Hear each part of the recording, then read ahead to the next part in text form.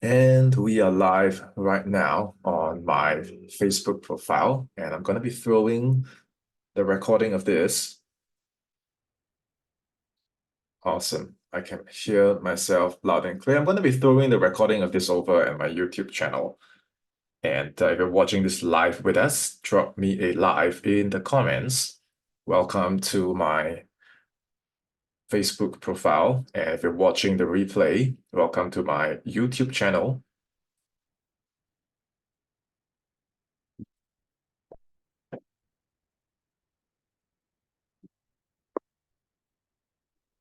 Awesome. Okay, I think we are good to go.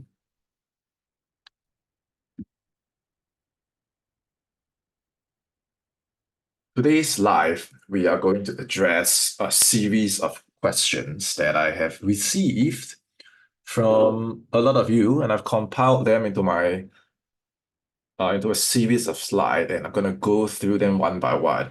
And if you have been following my work and you know about this Friday session, it's a 2-hour workshop, a deep dive into what I'm now naming sales via chat. It's a 2-hour deep dive on the psychology, the strategy, and skills of selling on chat, on conversations, on Messenger, all across your social media. And if you have a question like, what is this thing that you're doing? And how is it relevant to me? And is this for appointment setter? Is this an appointment setting course? Is this for business owners? And what is it exactly you're doing? Who is it for? If you have been following my work and you have a question on what's happening, feel free to reach out because I have been compiling your questions. In fact, I will go ahead and share them right now.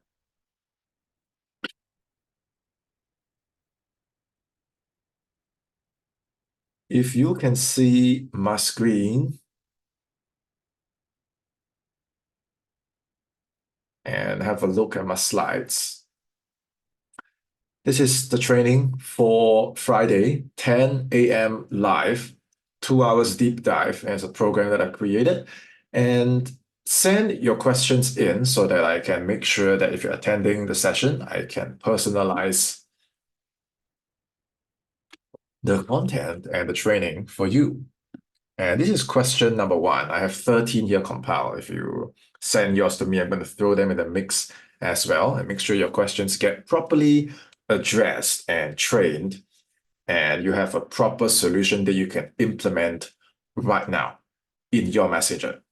And I'll go ahead and just say it right now that whether you are a business owner, whether you are a closer, whether you are an appointment setter, how are you not texting, right? Your messenger should be moving. You should have you should have prospective people that are willing to do business with you going in and out of your inbox every single day.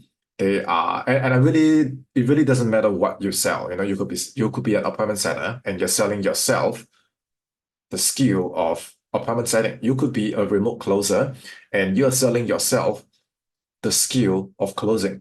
You could be a business owner and you're obviously going to sell your products and services, right? So regardless of what you sell, you are selling you. And if you can't do that on chat and close someone, I had a question, I think it's one of the slides, and I'll address it later. It's like, who needs this? Okay, so if you are an appointment setter, you need to close people on the value of booking a call with you. If you are a closer, you need to keep your pipeline full. You need to follow up with your prospects. And the way to do that, other than calling them up, is definitely to use chat. Whether it's Messenger, WhatsApp, Telegram, social media, you have to text your prospects well. And if you're a business owner, obviously your inbox has to be full, and sooner or later you're going to be hiring a setter. So the question is not really who is this for. The question is who needs to improve their chat game, who needs to improve their texting game, who needs to improve their ability to sell on chat. So I hope that by asking you this question, you actually get a clearer perspective that chat itself is a tool, chat itself is a weapon, and you can reach people far and wide. Is there a way to increase my screen size? So let me see if it gets bigger. Nope. Oh, it does. but then now there's two of me. So you know what? I'm going to keep it small. Okay. So the question is not who is this for, but the question is who needs to up your chat game when it comes to sales. You can sell a call, you can sell your service, you can sell yourself, you can sell a meeting, you can sell a low ticket item, you can sell a high ticket inbound application. If you are not using chat to sell daily, to connect with people daily, all I can say is if you look at it from the perspective of one whole month, if you look at the perspective of 6 months, if you look at the perspective of 1 year, my question to you is actually, then how much money are you leaving on the table? I can tell you that even today, I still receive setting opportunities, even though I'm no longer setting. I'm still receiving closer opportunities. Just today, someone reached out. He said, I have an offer, and I need someone who can speak English, Mandarin, and Cantonese." And that just flew into my inbox. And I'm like, "How do you know me?" I say, "Oh, I see your stuff," right? So I'm no longer selling for other people. I'm no longer closing for other people, and I'm still receiving offers. And business happens in my inbox every day. So if you were to show me your inbox and it is empty or it is overwhelmed and you're not attending to it, all I can say is you're not connecting the dots. What are the dots? The dots is from your content, whether it's paid or partner or organic, doesn't matter, your content. To conversations, onto your calendar, onto a sales call, into the close, the connection of these four C's. If the conversation section is missing, you are leaving so much opportunities, potential connections, business collaborations, joint ventures and partnerships, all because you're not having the proficiency to text well. Okay, so I will actually have a question for you, which is what's going to happen to your game? And this can even be a professional thing or even a personal thing.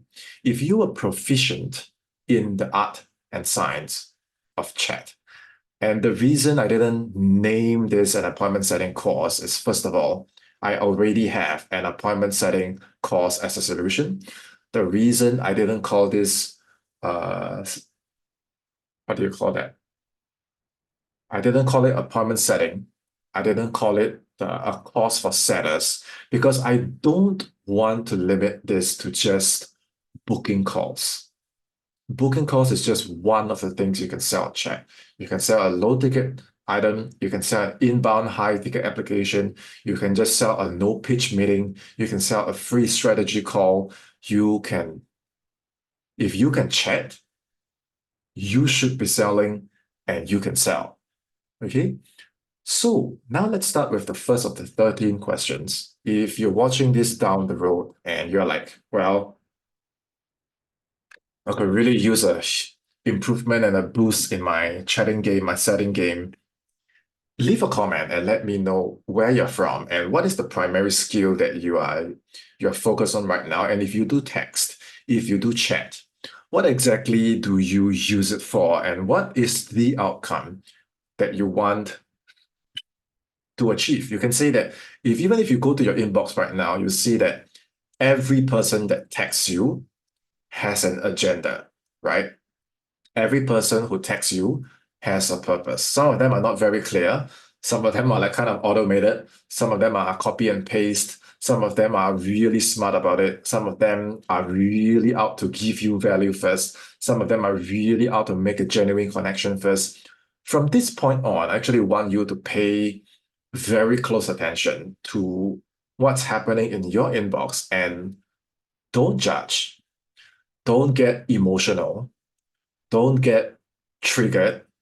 Don't get annoyed and start, doing screenshots and say that, wow, this person tried to hard sell me. And try to have a neutral mind and look at the ones that do it really, really well. And remember their name, remember how they do it, and learn. And when people text you in a way that pisses you off, no, there's no need to waste time screenshot, and then getting triggered for days and weeks.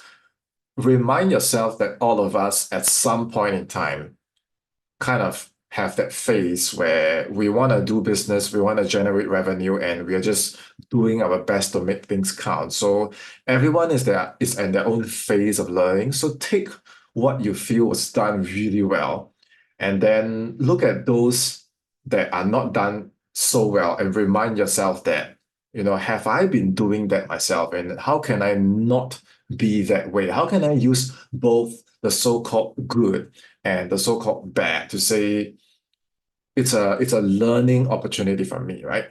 So question number one says, great to connect, Sean, and thank you. Handling objections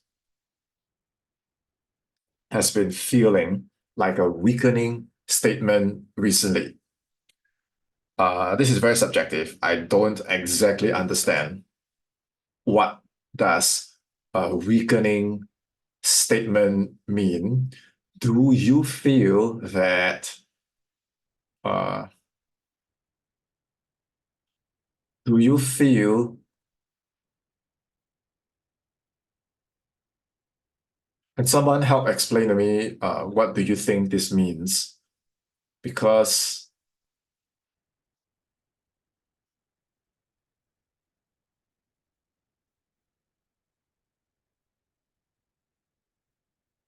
do you feel weakened when you have to handle objections, or do you feel that because so many people are teaching how to handle objections, you feel that the advice is weak?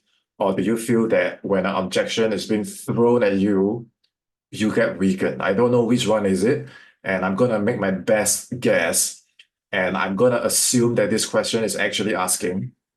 Okay, put in the comments and let me know if you agree with me. I'm kind of getting the feeling that this person is starting to understand that objections are actually very surface level things, that if you have to handle an objection, something is wrong. And beyond the objection itself, like handling the objection on the surface is weak. I think this is where this is going. And is there a deeper way to really understand what's happening? So instead of handling the superficial objection, we can actually bypass it and access the root of why someone would tell you it's not the right time, it's too expensive, and I have to talk to my spouse, and so on and so forth, right? So the main question here is actually, how do you view objections? How do you view objections? Why can't I see how much time has elapsed on my Zoom? Okay, I'm just gonna go ahead and just flow. And so my answer to him was that there are a lot of teachers in the market teaching how to deal objections. And I have to say, I bought so many programs just to keep myself updated on what people are teaching and how I myself can practice and stay sharp and that kind of thing. And I might have bought everyone's program at this point. And I would say that in 2024 and onwards, 25, 26, depending on when you're watching this, don't be surprised if a lot of the prospects that you talk to who gave you the objections took the same sales trainings and courses that you have taken. So if you do something that has been overdone and it's like, hey, if you don't mind me asking, or just curious, bro, if your spouse was here with you right now, what would she say, right? Or I'm going to have a special tonality, and then I'm going to say, but earlier in the call, you said this, and why are you giving me this objection? So I feel that you can really memorize. I even had this one script, right, that someone gave me, and the script said, well, if someone says, I can't pay you now because I'm saving for a rainy day, then your reply should be, today is your rainy day. And I guess, okay, it might sound a little bit funny to say, but I guess at a point in time when the creator of all these techniques encountered these scenarios themselves, I would say in their context, in their experience, in the way that they express themselves as the guru, I would say it worked for them. But when you are the one selling a different product and you express yourself in a different way and the context is different and you control C and you control V, a lot of times it's not going to work. It's like in martial arts, you memorize the kata and the kata is just a textbook and you're using the textbook to hit the opponent, which completely doesn't make sense at all because the opponent is alive, just like your prospect is alive. And they might have said things that counts. They might have said things that you miss. So my answer to this person was techniques are easily accessible. The question is not how accessible they are because they are accessible. The question is what's relevant in that specific context.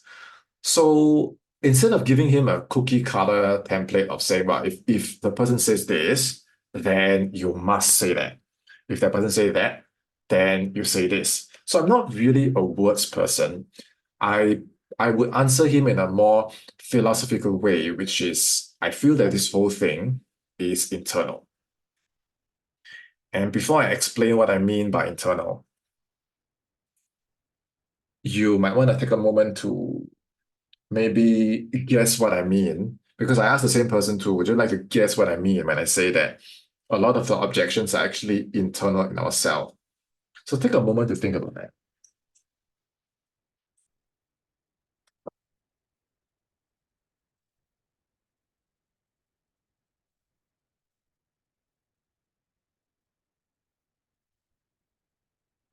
Okay. So when I say that the objection is internal, here's what I mean. It's your own understanding of the objection itself and all those times where you have gave the objections yourself, whether you were the prospect, whether you were honestly making an excuse and you told someone it's not the right time and you told yourself it's not the right time. You know what I'm saying? It's like you yourself, you know that in your life, there was this one thing that you really needed to do, and you gave yourself the objection of it's not the right time. And you gave yourself the objection of I'm not going to go for this solution because I don't have enough money. Right. And all those times when I was the prospect, all those times when I really wanted to achieve something, whether it was in sales, outside of sales, as a prospect, as an athlete, as a teenager, as a man, whatever that scenario was, when I was the one who gave the objection, I knew that it wasn't the whole truth. A lot of times I knew that it was an excuse, and a lot of times I knew that I was avoiding something, and a lot of times I knew that I wasn't being honest with myself.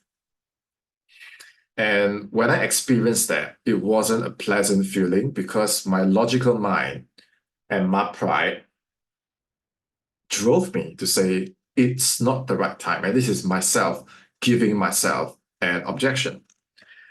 And after a while, I would say that, I really want to get into this program, but this. It's like in 2018, I really wanted to join this program. And I said, but it's way, way, way out of my budget. It's way, way, way out of my timeline. It's way, way, we have a Roger sending me a request right now. Welcome to my page. Let me just check if I'm still in it live. If at any point in time you feel that the audio is off, please let me know because my mic can switch off from time to time. Please let me know because my mic can switch off from time to time. Okay. Please let me know because my mic can switch off from time to time. Okay. And initially, I convinced myself, yes, that it's not the right time and I can't do it, and yes, that it's not the right time, all those things. And after a while, you know what happened? After a while, I myself realized that it's too uncomfortable. Like the whole excuse that I gave, it's not true. And the whole excuse, the so-called objection that I gave, it's a lie and it's an excuse and it's not in my favor. And so, in a way, I was able to admit to myself and I was able to actually change my perspective to me now closing myself. Okay, so then the internal dialogue in my mind, it's Sean, you really want to get into this program, right? And I'll answer myself.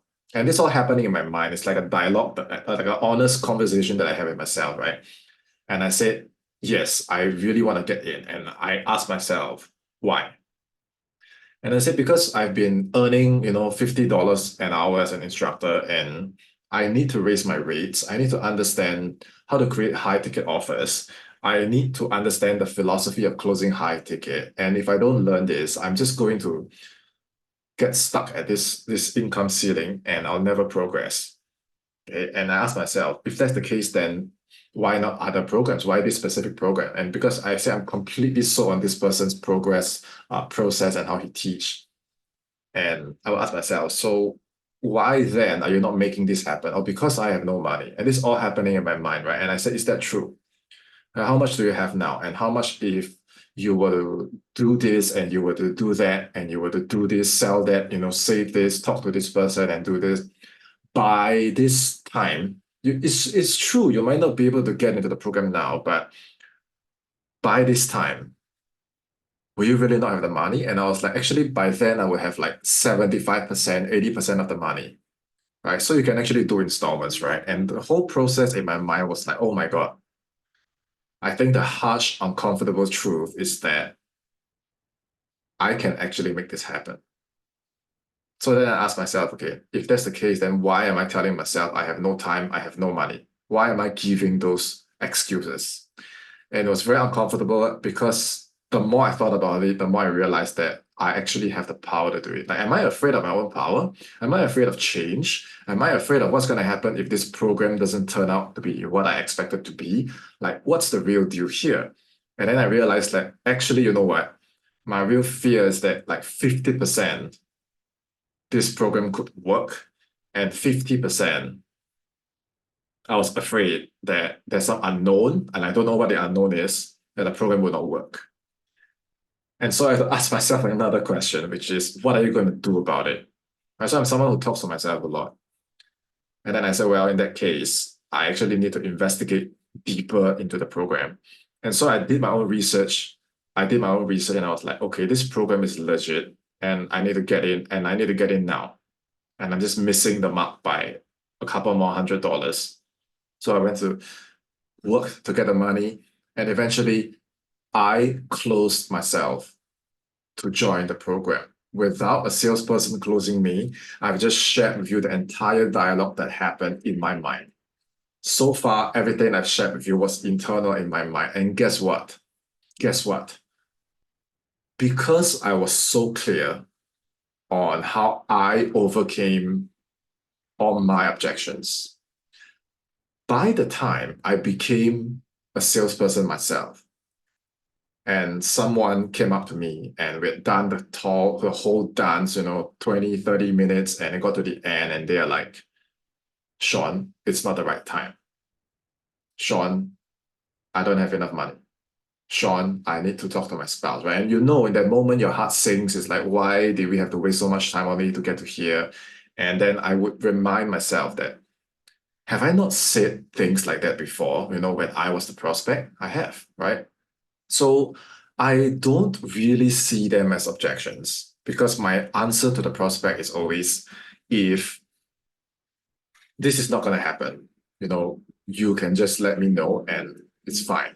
Okay, but if there's a way that we can make this happen, let's walk through it. And the way that I would walk my prospects through is the same way that I understand how my own process was when I had to navigate through all these different paths of thinking.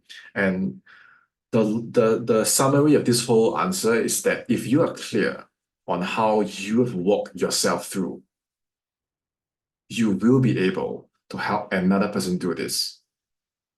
Okay, of course, their context might be different, their background might be different, but the way that you navigate through the decision-making process, okay, the way that you navigate through the decision-making process is the same.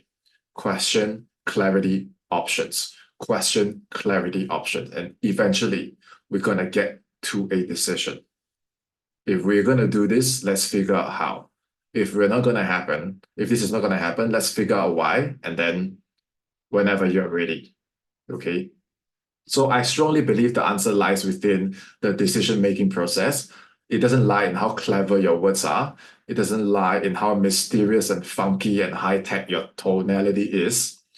It doesn't really matter what the games you play. At the end of the day, the prospect is here for a solution. And as soon as they completely believe that you are able to help them solve and the belief is met, the decision process, the decision-making process is established, clarified, and sealed. You will create such a very strong decision, a committed decision, a force within the prospect himself or herself that they will overcome all the objections themselves in the same way that I overcame all the objections myself. Okay, this is what I mean by internal. Okay, question number 2 is, how can I present value instead of product first? And this is a very smart question to ask. There's actually 2 questions because the whole essence here is actually relevance. Okay, and relevance is a really deep principle that transcends all of life. Life itself is relevance. Everything you do is because of relevance. Any kind of response that you give to others is because of relevance. So your product and your service, I've seen fitness coaches, spiritual teachers, so many kind of business owners very focused on the technical aspects of the product. Muscle activation, right? This advanced meditation technique, right? It's a very technical how. And to the founder, to the creator, it is an extremely important solution, right? But is that relevant to the prospect? Okay, so what I will teach in Sales via Chat is a very important concept, okay, called the buyer's journey and the seller's process. Okay, the buyer's journey and the seller's process. And in the seller's process, okay, you are completely focused on what is important to you, your expertise, all the technical stuff, all the techno babble, and that is all you, right? That is your expertise, that is you being technical.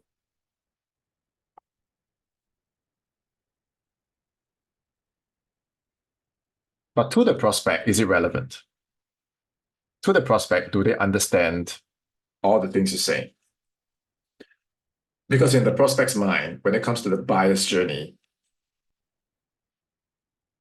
a completely different conversation is happening in their mind. That's the buyer's journey. So the first thing you need to address is not actually what you know to be your expertise. The first thing you should address is not what you know to be the solution. The first thing you need to address is to actually say, hey, what's happening on your end? What is relevant to you? What do you understand that is happening with what I do? If you are able to completely fulfill the buyer's journey and the prospect comes to you and they feel seen, they feel heard, they feel understood, and you have seeked first to understand, then they will give you back the understanding. Okay, so relevance is the answer.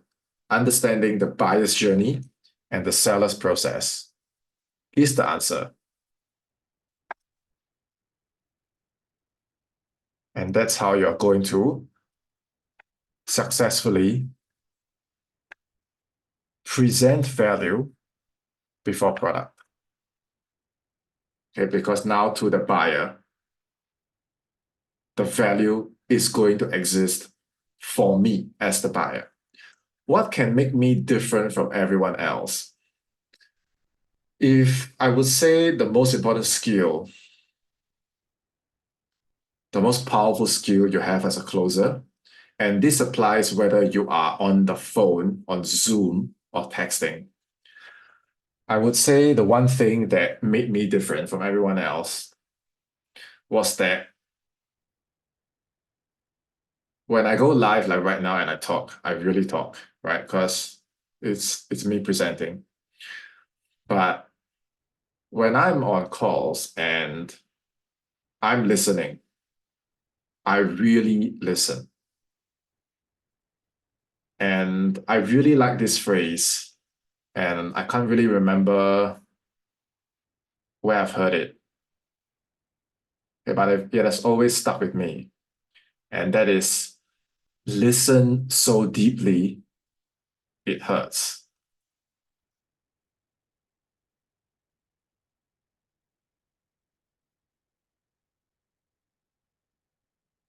Okay, listen so deeply, it hurts.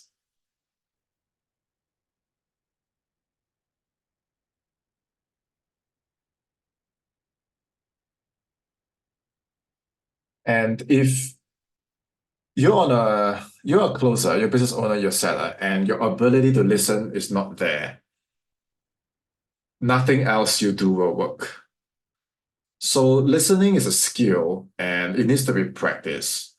And you cannot be someone you're not on a sales call. So the time to practice is not actually on the sales call itself, but as you're going through life and you're talking to people. A lot of salespeople can't perform and they think that it is a technique problem. And so they go on, job boards, they go on forums, they go on groups and they say, my prospects say this, what should I say? Oh, if he say this, then you say that. Okay, let me say it. Yeah, I say that. It's not a game of words. It's how deeply you can listen and how deeply you can understand. A lot of times, all the techniques fall into place, including rapport, background, goals, pain, urgency, selling the process, decision, objection, like the whole syntax itself. A lot of these things fall into place when you can listen really, really well. And the prospect needs to experience that whole conversation with you, whether it's texting or whether it's closing, just feeling like you understand me. You're really listening to me. You're not just hearing, you're just listening to me. And when that happens, something incredible happens in that relationship, in that conversation, which is the prospect will give you so much. They will give you so much. They will pour things onto the call itself and give you so much truth that even if you've had the best rapport technique, even if you had the best, whatever sales technique, you wouldn't be able to pull it out of them. The only way that they would give you more and more of the truth is if you're able to listen really well. And a lot of salespeople don't understand that. They think it's a technique problem. And so they push, they talk, they force, they game, they manipulate, when all you really needed to do was to listen deeply. And a lot of people listen by talking. They listen by moving. They listen by having activity. And without that stillness, without that silence, it's very easy for you to just be like everyone else. Okay, so that's my perspective. Let me know if you agree with that. Thanks, Sean. I'm based in the UK. Okay, this one. This one is about guaranteed placement.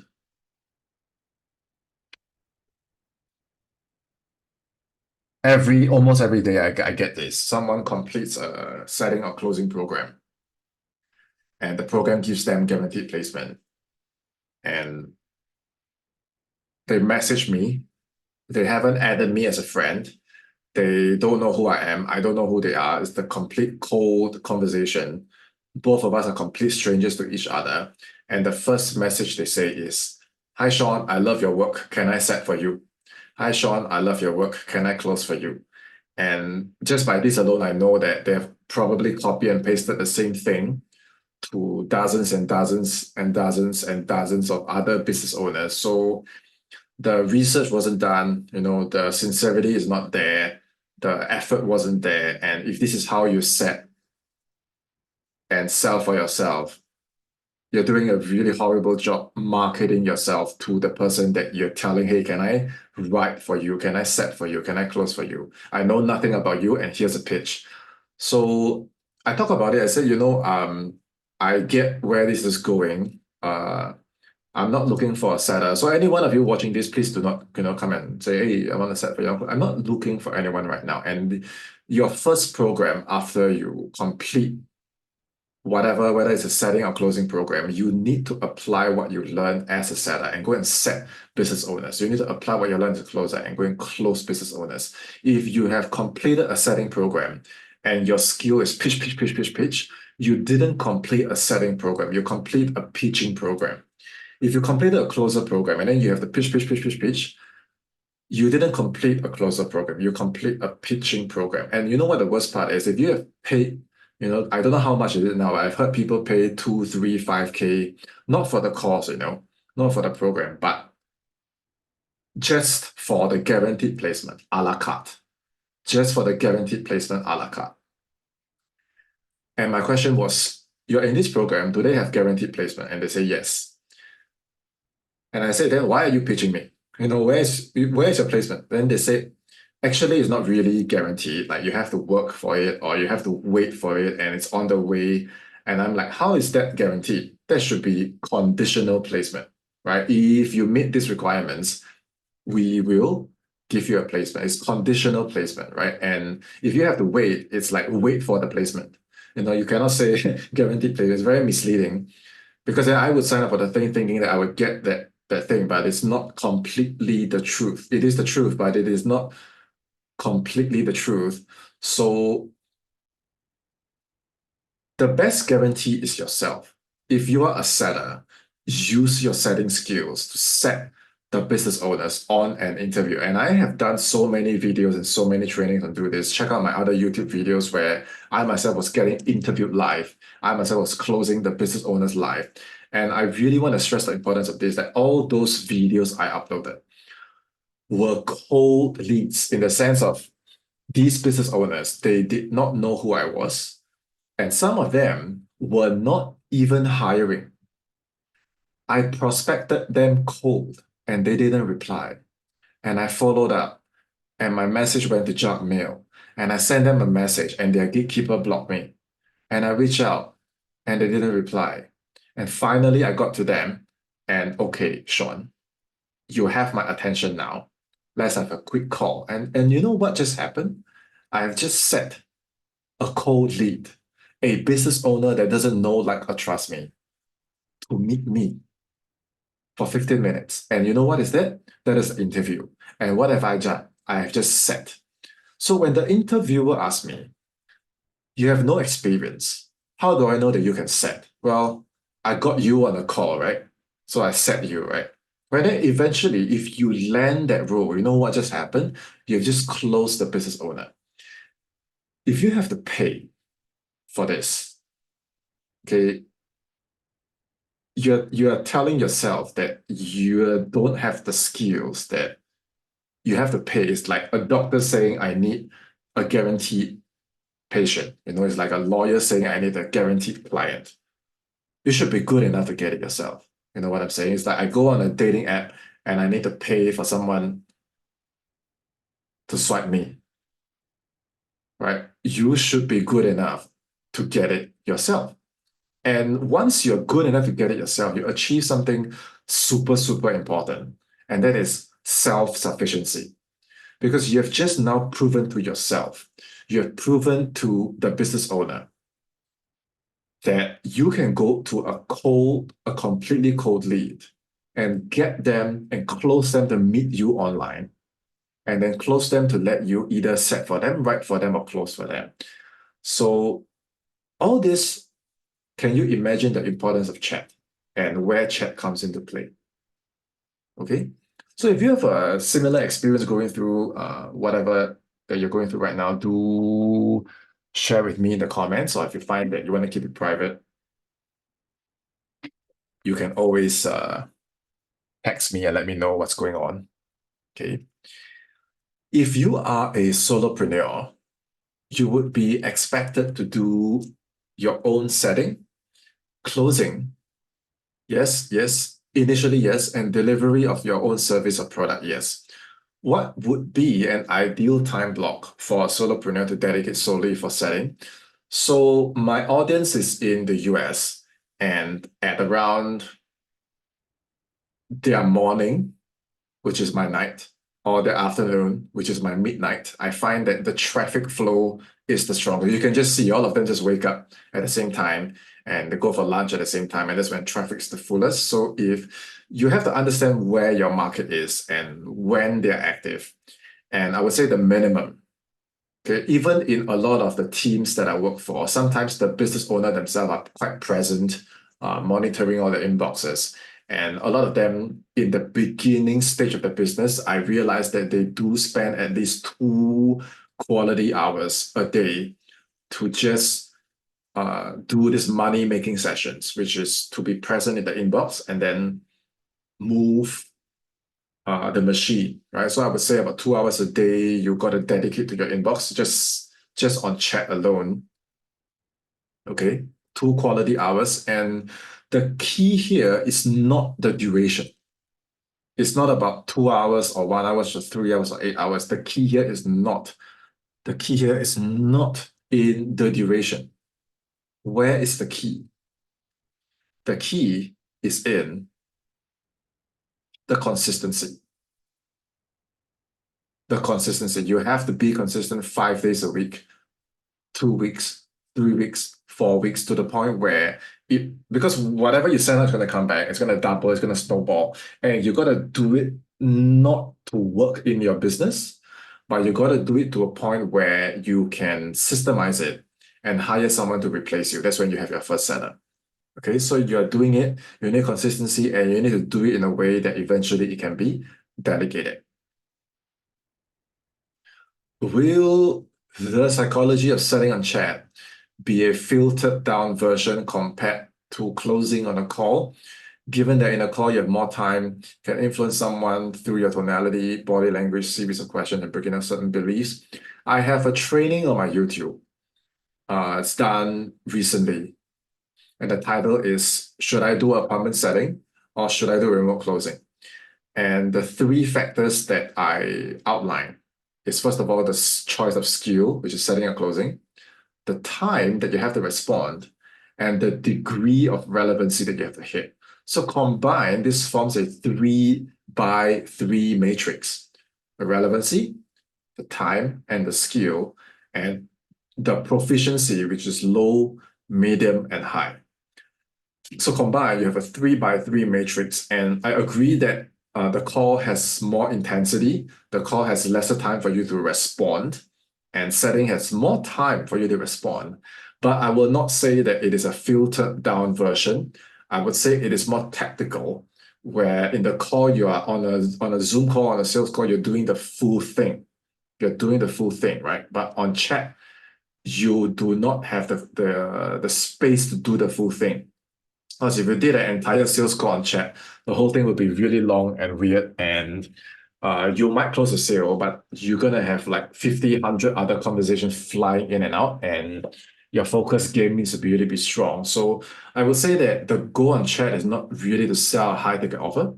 You can sell low ticket offers, like here's the sales page, here's what you're gonna get. You can sell a low ticket offer, but if it's a high ticket offer that you want to sell, your primary goal on setting is to sell the value of the call, is to sell the value of meeting you on a call so that you can do your thing. Okay.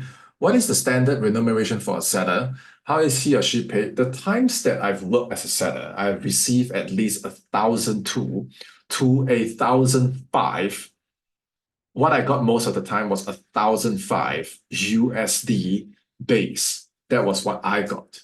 And I don't know why I got it. Actually, I do know why I got it, but not everyone offers this.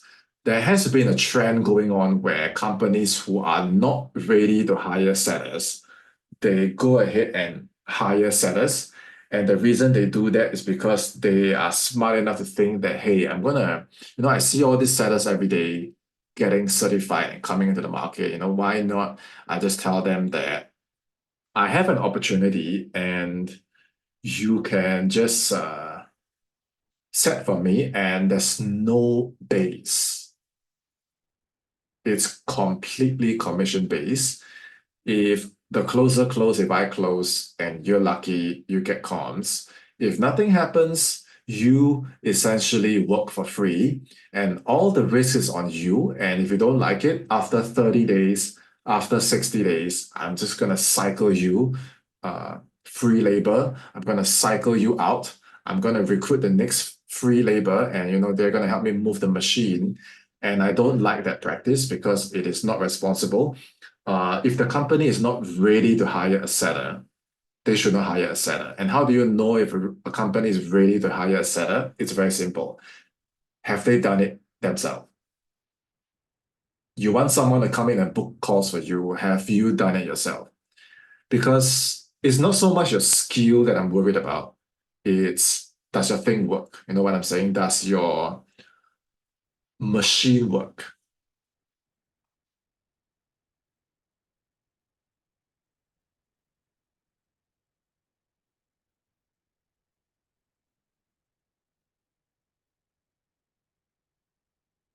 Does your machine work? Is your offer validated? Because if you haven't done it at least 3 to 5 times, like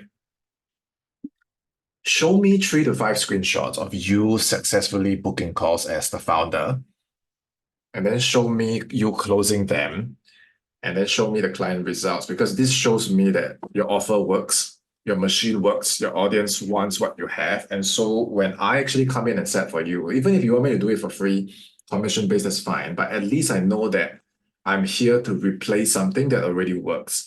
I'm not here as a salesperson to fix the fundamental things in your business that have not been validated, have not been established. Like you can't use a salesperson to fix an inherent fundamental problem. You know what I'm saying? So to protect yourself, the real business owners understand that the risk should not be on you as a seller. Am I making sense? The risk should not be on you as a seller. Some of the risk should be on you because you're in the inbox, right? But in the event where the closers don't perform, why should that be on you? In the event when the closers didn't perform, I still got my 1,005. And I did the quality of work equivalent to at least the value of 1,005. Because eventually I asked the business owner, at the time when you first hired me, I didn't have experience. I was expecting a fully commissioned uh, role and arrangement. Why did you give me 1,005 base a month? And this lady, she told me that because I want to hire the best and I pay the best and I expect the best. I pay for quality, I expect the quality, and you deliver the quality, right? So to me, that's a standard remuneration. A lot of it goes into your experience and your ability to negotiate and your courage and confidence and clarity of when to say no and when to say, here's what I expect. I think a lot of new sellers, especially if you're young and you're untrained, and you just take on a completely free commission-based role. And at the end of the day, that person, that business owner has not validated their offer. They have not booked calls themselves. They have not closed. Their business is in a mess. Their fundamentals are not established. Their offer is not validated. And they think to themselves, well, you know what? I'm going to hire a seller to clean up this mess. The seller is not responsible for this mess. So if you join day one, obviously you're going to be like, yay, I landed an opportunity. Yay, guaranteed placement. But oh my God, there's nothing to do in this team. Nothing works. The marketing is not coherent. Why am I here? Right? So be very careful with that and make sure you know what you're getting into. Okay. Nowadays, it's quite common to have marketers flooding our inbox to sell the service and product. Yep. It's gotten to a stage that the marketplace has been jaded by this. And you know what? It has actually got to a place where from time to time, I will take one of my free courses that I've done maybe 1 or 2 years back that I'm not selling anymore. And I'll just say, hey, I want to give this out for free. And this is not a two-step post. There's no catch. There's no order bump. There's no pitch. There's no upsell. There's nothing. There's no catch. It's just free and it's yours. And I just give. And it's got to the point where sometimes people, there was this one, someone asked me, no, Sean, there has to be a catch. What's the catch? I'm like, no catch, is yours. Take it. That's it. And there was a no, Sean, there has to be a catch. I'm like, no catch. Right? So everyone is pitching all over the place that when you give a completely free program, they get mind blown. It's gotten to that point. How are you going to teach us to be different from the spammers? In other words, can this method work against? So this method works, sales via chat works precisely because everyone is predictable. So when you come in and you say that, hey, it's great to connect, and I have really taken the time to see you, to understand you, to research you, and here's something that I have that is of value to you. It's something that I've noticed I can help you with, and I've already done it. The key word is already. I've already done it, and this is my gift to you. So the core difference is value first, right? You have to make sure that the other person is logically and emotionally convinced that you have given them something that is value to them, not to you, to them. This is relevancy. This now gives them a reason to say, I want to reply. I want to consume more of your things. I actually want to understand what you have to offer. I want to understand your processes. And down the road, I want to be your client. So to summarize, it's like when everyone is pushing, you pull. Okay, when everyone is taking, you give. When everyone is pitching, you serve. When everyone is selling, you give. Okay, if you can understand this principle, you will go very far in your chat game because your name, whenever you show up, people just know that value is coming, right? And this brand, this pool will go further than whatever old forceful outbounds that you try and force down people's throats. Okay. Navigating through chat can be both exciting and nerve-wracking. Yes. What state of mind should we be? Being very intentional. Being very intentional. A lot of times when you start your work in your inbox, you probably came from somewhere else. You probably were doing something else, and you probably have tons of thoughts in your mind, and your energy itself can be chaotic. And when you take the energy into chat and you say, I just want to quickly clear my shift for today. I just want to quickly get through it. Hope I get some book calls. You are bringing this energy of frustration into the chat. And this energy is going to go around and hit all your leads, affect all your prospects, and they're going to mirror that back to you. So you do need to take the time out to cleanse your thoughts, cleanse your energy, cleanse your mind, and just steal your whole state of mind down and say, why am I here? Why am I on my inbox? Who am I going to connect with? My intention. What's the value that I'm going to give? How can I be of service? Of course, I know I'm going to book calls. I'm going to sell, right? It is an energy of exchange. And I want to be very intentional about that. I actually know that I need to sell because I fundamentally believe that what I have can help people, but I'm not so much going to give my life work away for free. I do expect an energy exchange. So I am going to sell a call. I am going to sell something.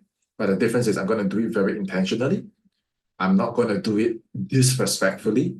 I'm not going to, take shortcuts and use AI and copy paste and keyword intentional.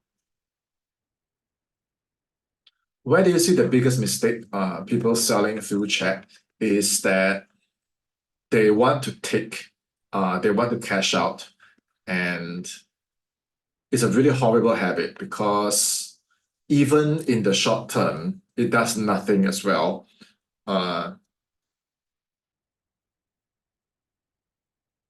Even in the short term, it does nothing as well. And you close the door, you close the relationship, people start to ghost you. And why? Why would you want to do that to your inbox? So if the first, like you look at your own inbox, right? Why didn't you reply to the last 20, 50, and 100 messages that you did not reply? Why did you not reply? Because they gave you no value. They were outright giving you a copy paste. They were pitching you without understanding who you are. And even without opening the message, you just look at the profile pic, right? You just look at the energy of the person. You just look at the preview of the message they send, like this one is a bot. This one is an AI. This one is someone I can't trust. This one is someone just pitching me. This one is another one of those swipe. That's the biggest mistake. Insincerity, cashing out right at the start, pitching right at the start. Horrible, horrible mistake. It just completely violates the law of value. Common practice on following up, be it via text, email, or usually 2 or 3 days, not necessarily. Where is this from? Who said that's the common practice? What is the follow-up process if there need be one following a round of chat? So there's no hard and fast rule. There is no fixed number like 2.75 or 3.28 or 2.8 hours, 1 round, 2 round. There's no fixed numbers. You have to look at the context of what is happening, how much space is actually required, when is too pushy, when is too passive. And whenever you're in doubt, like should it be 4.82 hours? Should it be 2.22 minutes? Like what's the right pace? Whenever you're in doubt of what is that number, forget the number and look at the context of what's happening and go back to what I said earlier on your intention. Are you following up because you just want to maintain the pace here, 2.83, 1.75? Are you connecting with that person because of the pace? Or are you connecting with the person because it benefits them? Are you following up because the last sales coach you talked to said that after 2, 3, you got to follow up. 2, go. 3, go. 2, go. 3, go. Is that why? Is that why? Because that is the how, but what is your why? There are a lot of times where I violate all the rules, and sometimes I even just outright call the person and tell the person what I have to sell you. And it works. I did not wait 2.82 days. I did not wait 3.25 days. I did not wait for 1 round, half a round, 2 rounds. In my mind, it's like this was addressed. And I have a choice of not doing this. But what's going to happen if I know that what I have can help you and I didn't make the effort to express that? Can I live with it? And when I think about it, just go back to your intention and say, what's best for this prospect? What's the best I can do right now? And you will always have the answer right there. I know I didn't give you a very technical answer. It's not something that you can put in your SOP, but I hope that you got the essence of it. And yeah, think about that yourself. Many sales gurus have given their own take on buyer objections, especially the age-old question of what is the price. If it's a low-ticket item, just send it, right? If it's a high-ticket item, just send it. So I strongly believe that you have a much easier time being fully transparent than doing the classic style of, oh, we have a range and I can't answer you now. I'm going to redirect back to you and say that depending on what you're looking for, like that's pretty outdated because the whole intention of that is I'm going to retain the power. I'm going to qualify you. And I'm going to just waste all this time when I found that when I just put my prices online and I put it on the net and I let every one of my prospects know, the whole push and pull never happens. You know, it's usually the ones that have no money, they're never going to invest, they're stuck in their own paradigm. They will push and pull you for months and months and months and drain all your energy, and they never buy. These people, they will support you with your engagement, your low ticket items, but they are not fundamentally like they don't understand the high ticket philosophy. They're not looking for a complete solution. They're not looking for a complete transformation. That's just where they are in that phase, right? And all of us might have been through, I don't know, a similar phase. And the ones that pay in full, the ones that are high ticket buyers, the ones that are your dream clients, then they do the work. In my experience, they never haggle the price. They never haggle the price because they want you. And you'll make their life so much easier when you make the information on what you have to sell completely transparent. Put it on a Google Doc, put it on your website, put it on your video, put it on your YouTube, and give that full transparency because the clients that are the most ideal, the clients that paid in full, they're going to do their research. They already know your specialty. They already know your processes. They already know your offer. And they're going to find out the price. They're going to do all the calculations and processes. And whenever they have a question, they're going to ask you, and they'll go through the whole thing. And then they'll say, I got to do it. Okay. So if you have to push and pull and push and pull and push and pull,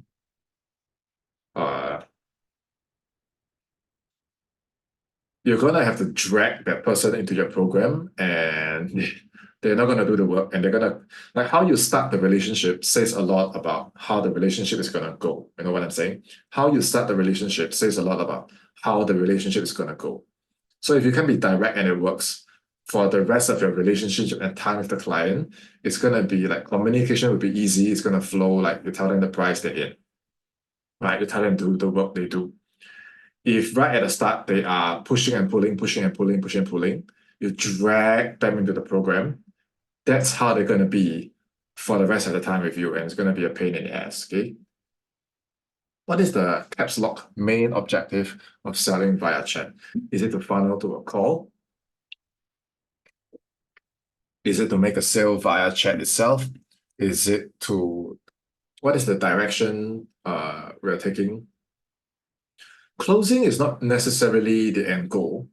The whole end goal is actually transformation for people that you know you can help. Because even after you close them to end of the program, the whole time you actually continue to close them on their success. And as you evolve yourself as a coach, as a teacher, as a mentor, they continue to evolve with you. So the end goal is another topic itself.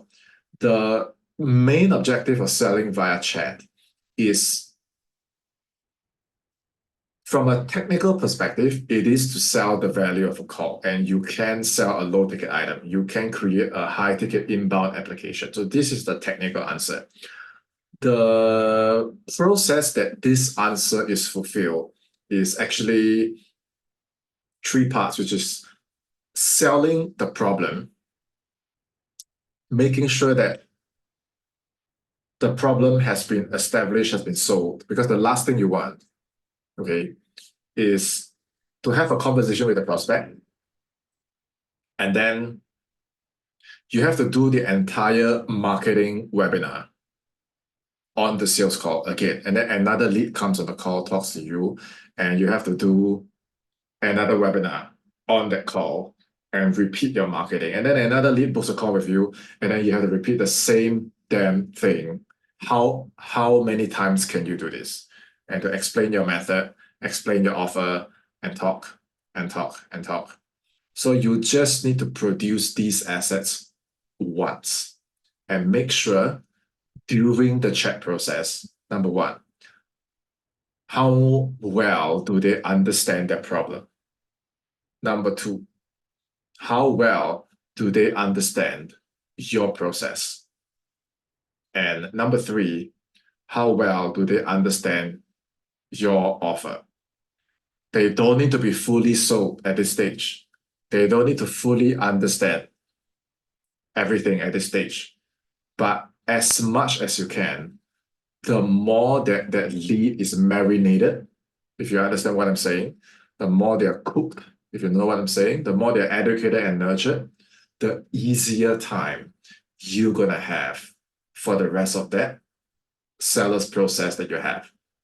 Okay, so the main objective, yes, is to move them deeper into the pipeline, but that is the end result. The process is the big three sales, which is selling the problem, selling the process, and selling the solution. Okay, number 13. I know you mentioned that it's not a numbers game. Yes, I said that. But without volume, we may not hit our income goals. So there are two cues, right? Quality and quantity. My question to you is, which comes first? And which one will you have if you have one of it? So will you have quality because you got the quantity? Or will you have the quantity because you got the quality? Which one comes first and which one secures the other? I'll let you think about it. Okay. One conversation done right, does it lead to 5, 10 quality conversations? Or do I outbound force chase 5,000 just to get my 5 quality? Pick wisely. And to avoid feeling unfulfilled, do you have a specific number of settings? What is settings? You mean conversations or calls booked? We should be aiming for in a day. So there's a lot of limiting beliefs here. First one is about volume. Second one is avoid feeling unfulfilled. You gotta know yourself. You gotta know what you want. And you gotta know why you gotta do it. But you don't reverse yourself and say, today my goal is to avoid feeling unfulfilled. There's a lot of things, right? Unfulfilled is already a goal. Feeling unfulfilled is another one. To avoid feeling unfulfilled is 3, right? And then afterwards, to never again take the detour around avoiding to feeling of unfulfilled, it never ends. Okay, what fulfills you, go straight for it. And that fulfillment should not be tied. What is settings? So I'm very confused by this question. Because it's either the number of conversations you're referring to or the hours you have in a session or the number of calls booked. Okay, this result should not fulfill you, and there's nothing you should be avoiding here. This is all part of a bigger process. It's all part of a bigger goal, which is you either establishing your career as an appointment setter or you're building your online business, right? So if you're building your online business, this itself, the reason why you're even building this has to be here. So there's no avoiding unfulfilled. It's your business, right? It's your baby. If you're a permanent seller, same thing. Your career is here, right?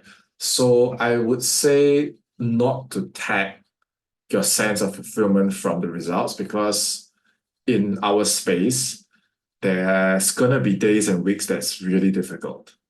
Some months are good, and then some months are really gonna be challenging.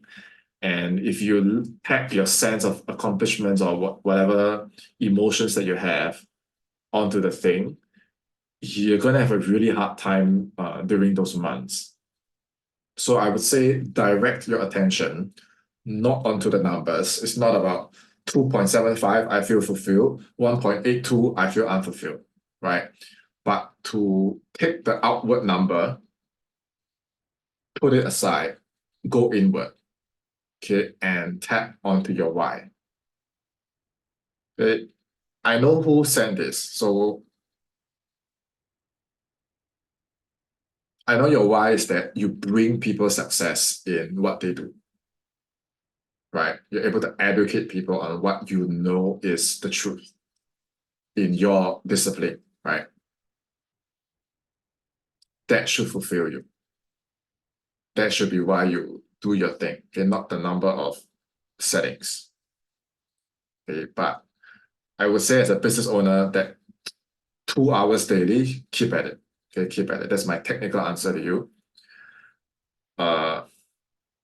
Yeah, 2 quality hours, I would say 50 conversations and try to get 3 to 5 calls booked in that 50 conversations that is properly supported by your content. Okay, and this whole thing about numbers is not that I don't want to answer, or it's not that I don't know how to answer. In my ebook at seansena.com/CEO, that's seansena.com/CEO, in one of the pages, I've actually broken down the specific numbers for you to hit your income goals. So check that ebook out. It's one of my newest guides. And even for this Friday, in the sales via chat session, I'm actually going to teach this numbers thing. In fact, I have a whole calculator built out that the formulas I've already set, but the numbers are not set by me. The numbers are set by you. So if you come to my class on Friday and you use the calculator and you plug in your income goals, you plug in the price of your offer, and you can be really conservative with all your numbers. What the calculator is going to do is it's going to churn out every day what should your daily KPIs be, right down to the numbers, right down to the calls booked, right down to the conversations, right down to your cash collected per day, right down to your monthly and yearly income goals. If you really want to talk numbers, I can give you the full formula, the full calculator, so that you know today, right now, how many conversations you need to be doing.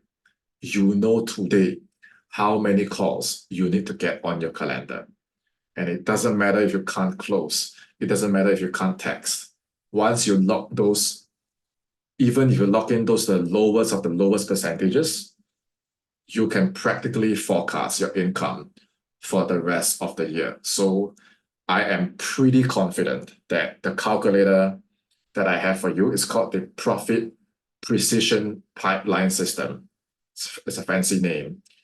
I'm pretty sure if you put in all your numbers into this system that I'll teach on Friday, that's this Friday, 3rd of May, 10 a.m. Eastern. If you are late to the party because you are watching this replay down the road, reach out and I will give you access to a preview of the program so you know exactly what I'm talking about. So that whether you are setting for yourself, whether you are a closer who wants to fill out your own pipeline, whether you are a business owner that is setting for yourself, whether you're a business owner that wants to train your setter, whatever that is. You put your numbers into the calculator, your whole year gets forecasted. I'm pretty sure that that system is going to answer all your numbers questions. Okay. So these are the 13 things. Actually, they were 13 questions that I've just addressed in detail.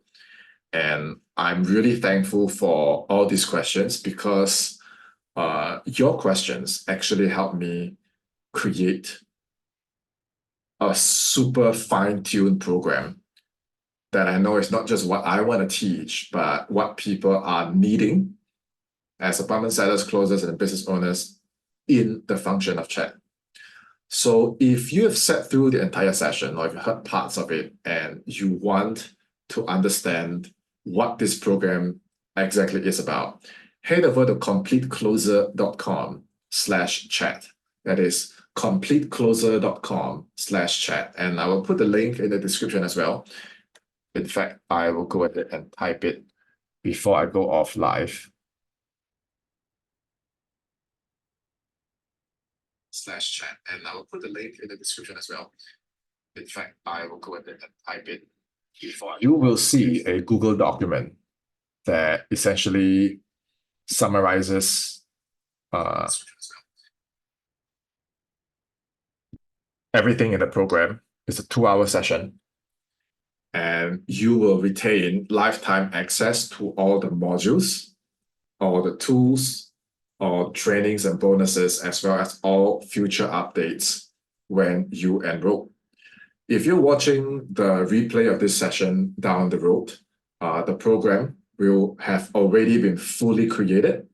It would have been fully established, and all you need to do is log in and study the whole process and then implement it in your business or your career.